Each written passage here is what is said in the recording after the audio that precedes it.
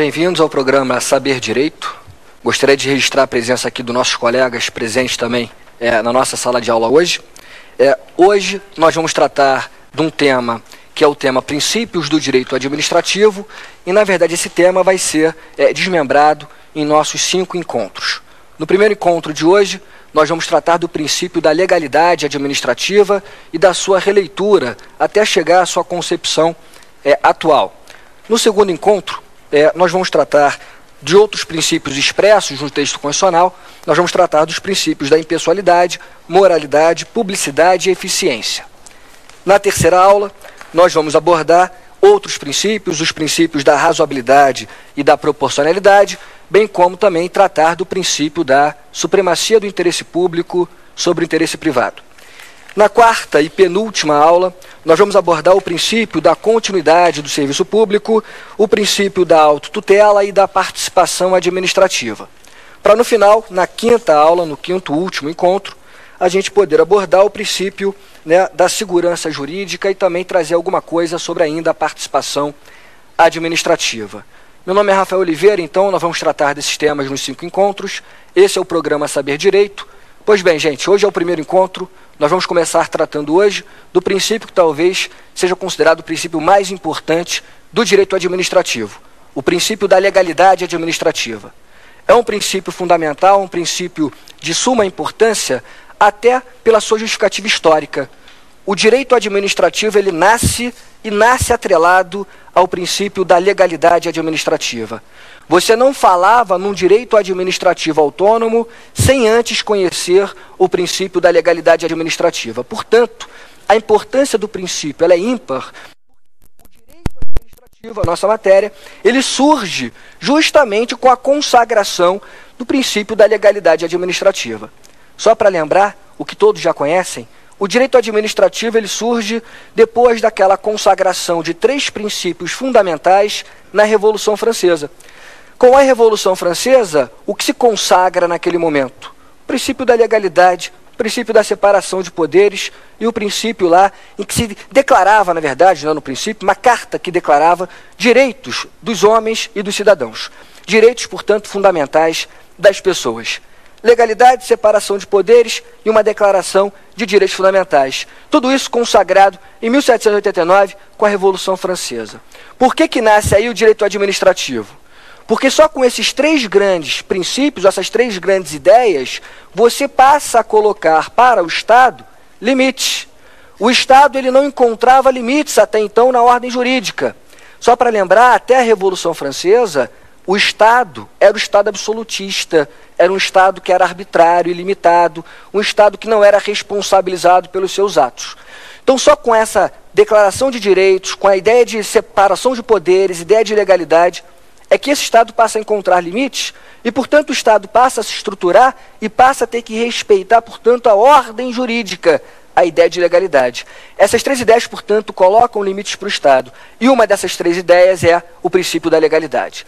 Qual é a ideia, então, que você vai extrair desse princípio da legalidade naquele início histórico, lá no início do surgimento do direito administrativo? Vamos compreender a história. Até então, o Estado absolutista, um Estado ilimitado, arbitrário, era um Estado que não respondia pelos seus atos. Era um Estado que cometia barbáries em relação aos particulares. Quando os particulares, então, impõem para o Estado limites, e esses limites vêm através, por exemplo, da legalidade, o que vocês acham que os particulares estão fazendo para o Estado? Estão colocando limites por terem medo do Estado. Até então, o Estado arbitrário. Por conta desse medo, a ideia de legalidade inicial, ela vai ser compreendida nos seguintes termos. O Estado, a partir de agora, não pode fazer mais tudo aquilo que ele quer fazer. O Estado não é mais ilimitado. Agora, Estado, você que até então era o inimigo do povo, agora, Estado, você para atuar, você tem que ter autorização do povo para atuar. Como é que você vai ter essa autorização? Através da lei. O povo elege seus representantes, os seus representantes vão votar as legislações e essas legislações vão autorizar a atuação do Estado. Daí a ideia inicial de que o Estado só pode atuar se autorizado por lei. Se a lei não autorizá-lo, o Estado não atua. Daí essa ideia inicial, então, que o Estado só pode atuar de acordo com uma autorização legal. Era aquela concepção em que os particulares tinham um certo receio do Estado, medo do Estado, e, portanto, o Estado agora, para você atuar, só se nós autorizarmos, nós, povo, através, é claro, da legislação. Então, o princípio da legalidade, ele surge com essa ideia, com esse viés de que o Estado só pode atuar quando e se autorizado pela lei. É aí que nasce o direito administrativo e o princípio da legalidade surge nesse momento, mas é claro que a sociedade vai evoluir ao longo do tempo e a própria noção de Estado vai evoluir ao longo do tempo. Evolui a sociedade, evolui o Estado e com isso evolui também a concepção em relação ao princípio da legalidade administrativa. No início nós vimos, quando surge o direito administrativo, quando surge o Estado de Direito, em contraposição ao Estado absolutista, a legalidade tinha aquela ideia, um certo receio, um certo medo em relação ao Estado anterior, ao período anterior. A legalidade tinha aquela ideia de que o Estado só poderia atuar segundo a lei, autorizado só pela lei. É claro que o Estado evolui, como eu disse, e você passa por um momento histórico em que o Estado ele deixa de ser visto como um inimigo do povo e ele passa a ser fundamental na geração de comodidades para as pessoas e na própria proteção dos direitos fundamentais das pessoas. A gente sai daquele Estado inicial de direito liberal e vai para o Estado social de direito. Nesse segundo momento, o Estado social de direito, você vai ter uma outra ideia.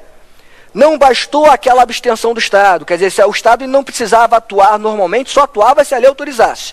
Não bastou aquela abstenção do Estado e, ao contrário, aquela abstenção do Estado gerou desigualdades, porque na prática, se o Estado só atuava quando autorizado por lei, e em regra o Estado não atuava na ordem econômica e social, era o chamado Estado abstencionista, aquela abstenção do Estado gerou desigualdades fáticas, porque na prática, com a abstenção do Estado, o mais forte, o particular mais forte, até economicamente, impunha a sua vontade ao particular mais fraco, economicamente ou sob outro ponto de vista qualquer. Essa desigualdade material precisava ser corrigida. Vem então um segundo momento histórico, sai o Estado liberal abstencionista de direito e entra o Estado social de direito. O Estado agora ele passa a ser considerado não mais um inimigo do povo. O Estado agora passa a ser considerado, entre aspas, um amigo do povo. E gera comodidades para as pessoas, presta serviços públicos, promove direitos fundamentais, promove saúde, educação, pelo menos tudo teoricamente, né, gente? Promove saúde, educação, promove, portanto, comodidades para as pessoas. E nesse momento, o Estado ele vai se agigantar, ele vai colocar nas suas mãos diversas atividades que até então ele não desempenhava, e ele começa até a se valer nesse período histórico do Estado Social de Direito, Estado começa até a se utilizar de técnicas privadas para prestar serviços que até então ele desconhecia. Aí o Estado, nesse segundo momento do Estado Social de Direito, o Estado cria empresas estatais que têm natureza privada, o Estado faz concessões de serviços públicos, o Estado celebra diversos contratos com particulares.